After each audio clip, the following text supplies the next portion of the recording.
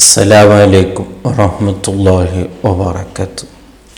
മുഅ്മിനീങ്ങളെ, നാം ധാരാളം അമല് ചെയ്യുന്നവരാണ്. പക്ഷേ പലപ്പോഴും അമലിൻ്റെ പ്രതിഫലം നഷ്ടപ്പെടുന്ന പല പ്രവൃത്തികളും നാം ചെയ്യുന്നു. ഏതൊരു നല്ല പ്രവൃത്തിയും ചെയ്യുമ്പോൾ നമ്മുടെ മനസ്സിലേക്ക് ഓടിയെത്തുന്നത് ആരെങ്കിലും രണ്ടാൾക്കാർ ഇത് അറിയണം, മനസ്സിലാക്കണം, ആർക്കെങ്കിലും ഒരു സ്വതക്ക ചെയ്തത് രണ്ടാളെ അറിയിച്ചിട്ട് ചെയ്യുക.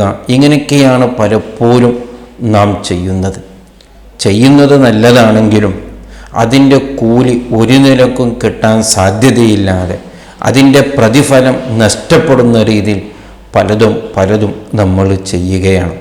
അങ്ങനെ ചെയ്തതുകൊണ്ടൊരിക്കലും നമുക്ക് ഒരു അമലിനും പ്രതിഫലം കിട്ടുകയില്ല.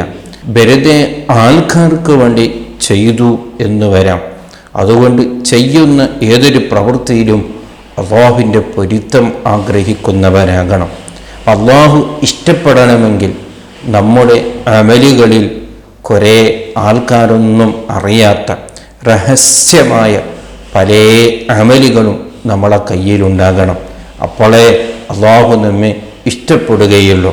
അതേ മഹാന്മാരുടെ ചരിത്രങ്ങളൊക്കെ എടുത്തു നോക്കിയാൽ ആരാരും അറിയാത്ത എത്രയോ ഇബാദത്തുകൾ, എത്രയോ അമലുകൾ അവരുടെ ജീവിതത്തിലുണ്ടായിരുന്നു.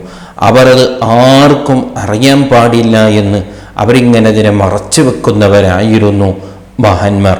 അത് കാരണം ഇത് റബ്ബ് മാത്രം ഇഷ്ടപ്പെട്ടാൽ മതി, ഇത് റബ്ബ് മാത്രം അറിഞ്ഞാൽ മതി. മറ്റൊരാൾ അറിയുന്നത് കൊണ്ട് അതിൻ്റെ കൂലി എനിക്ക് നഷ്ടപ്പെടുമോ എന്ന് അവർ ഭയപ്പെടുന്നവരായിരുന്നു. അതാണ് ഒരു മുഅ്മിൻ ശ്രദ്ധിക്കേണ്ട വിഷയം. ആ കൂട്ടത്തിൽ ബഹുമാനപ്പെട്ട അലി ഇബ്നു ഹുസൈൻ റളിയല്ലാഹു അൻഹുവിൻ്റെ ചരിത്രം പറയുന്നത് കാണാം.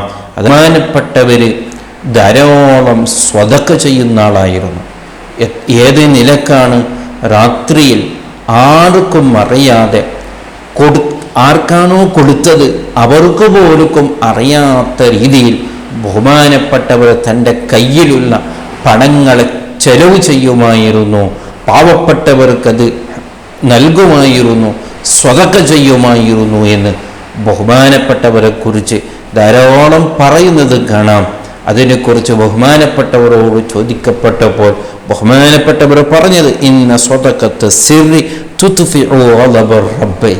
അതേ രഹസ്യമായി ചെയ്യുന്ന സ്വതക്ക അള്ളാഹുവിൻ്റെ ദ്വേഷം, അള്ളാഹുവിൻ്റെ കോപത്തിനെ അത് കുറക്കുന്നതാണ്, അള്ളാഹുവിൻ്റെ കോപത്തിനെ അത് ഇല്ലാതാക്കുന്നതാണ് എന്ന് ബഹുമാനപ്പെട്ടവർ പറയുന്നത് കാണാം.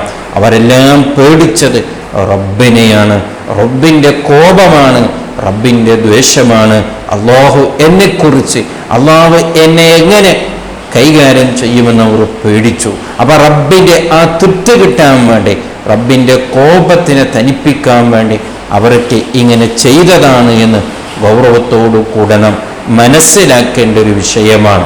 ബഹുമാനപ്പെട്ടവർ മരണപ്പെട്ടപ്പോൾ ബഹുമാനപ്പെട്ടവരെ മയ്യത്തു കുലിപ്പിക്കുമ്പോൾ അവിടത്തെ പെരടിയുടെ ഭാഗത്ത്, ചുമലിൻ്റെ ഭാഗത്ത് ഒരു കറുത്ത അടയാളം കണ്ടപ്പോൾ ആൾക്കാരൊക്കെ അവിടെ നിന്ന് കുൽപ്പിക്കുന്നവരൊക്കെ ഒന്ന് അതിശയത്തോട് കണ്ട് എന്തായിരിക്കാം, ഇതെന്താ ഇതിൻ്റെ അടയാളമെന്ന്, ഇങ്ങനൊരു പാട്, ഇങ്ങനൊരു അടയാളം, ഈ കറുത്ത പാട് ഇവിടെ എന്തിനാണ് വന്നത്, എന്താണെന്ന് അവർ അന്വേഷിച്ചപ്പോഴാണ് അവർക്ക് മനസ്സിലായത് ബഹുമാനപ്പെട്ടവർ രാത്രി സമയം ആരാർക്കും അറിയാതെ ചുമടുകൾ, അതായത് ആഹാരം, വസ്തുക്കൾ പാവപ്പെട്ടവർക്ക് വേണ്ടി ചുമന്നുകൊണ്ട് ബഹുമാനപ്പെട്ടവർ പാവപ്പെട്ടവരുടെ വീട്ടിലേക്ക് എത്തിക്കുമായിരുന്നു. ഇത് ബഹുമാനപ്പെട്ടവരുടെ പതിവായിരുന്നു.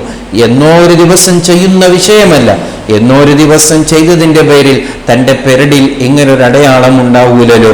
എന്നും ബഹുമാനപ്പെട്ടവർ ചെയ്യുന്ന, ബഹുമാനപ്പെട്ടവരുടെ ചരിത്രത്തിന് വളരെ പ്രധാനപ്പെട്ട ഒരു വിഷയമാണ് പാവപ്പെട്ടവർക്ക്, ബഹുമാനപ്പെട്ടവർ ആരും അറിയാതെ ഇങ്ങനെ സ്വതക്ക ചെയ്യുമായിരുന്നു, അവർക്ക് വേണ്ടി ഹദിയകൾ ചെയ്യുമായിരുന്നു, അവരുടെ വേജാരിൽ ബഹുമാനപ്പെട്ടവർ കൂടുമായിരുന്നു എന്നുള്ളത് വളരെ ഗൗരവത്തോടു കൂടെ നാം മനസ്സിലാക്കേണ്ട ഒരു വിഷയമാണ്. അതേ, അല്ലാഹുവിൻ്റെ പൊരുത്തം കിട്ടണമെങ്കിൽ, അല്ലാഹുവിൻ്റെ ഇഷ്ടം കിട്ടണമെങ്കിൽ ഇത്തരത്തിലുള്ള ആരാർക്കും അറിയാത്ത കുറേ രഹസ്യമായ ഇബാദത്തുകൾ നമ്മുടെ ജീവിതത്തിൽ ഉണ്ടാകണം. അല്ലാഹു സുബ്ഹാനഹു വ തആല തൗഫീഖ് നൽകുമാറാവട്ടെ. അസ്സലാമു അലൈക്കും വറഹ്മത്തുള്ളാഹി വബറകാതുഹു.